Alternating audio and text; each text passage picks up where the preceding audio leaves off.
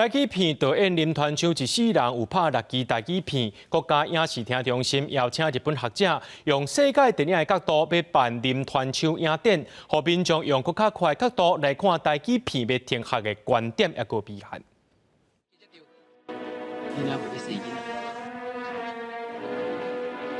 都唔知安怎？吼，主子啊，你无来互我看一个都好啦。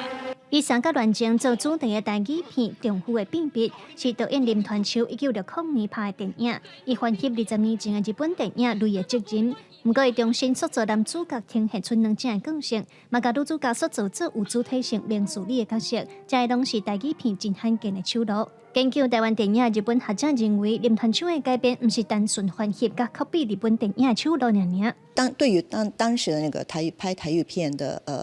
导演们来说，或者说制作人来说，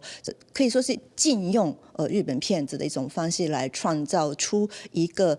属于自己的又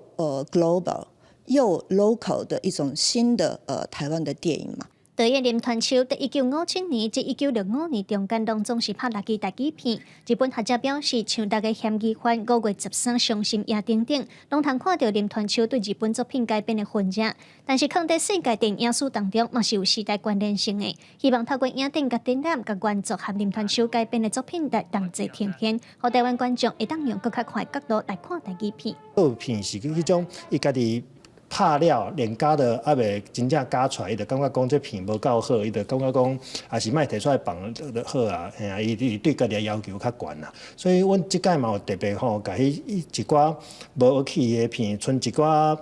残缺的片啥，拢有甲特别伫啲展览内底吼，甲摕出来放。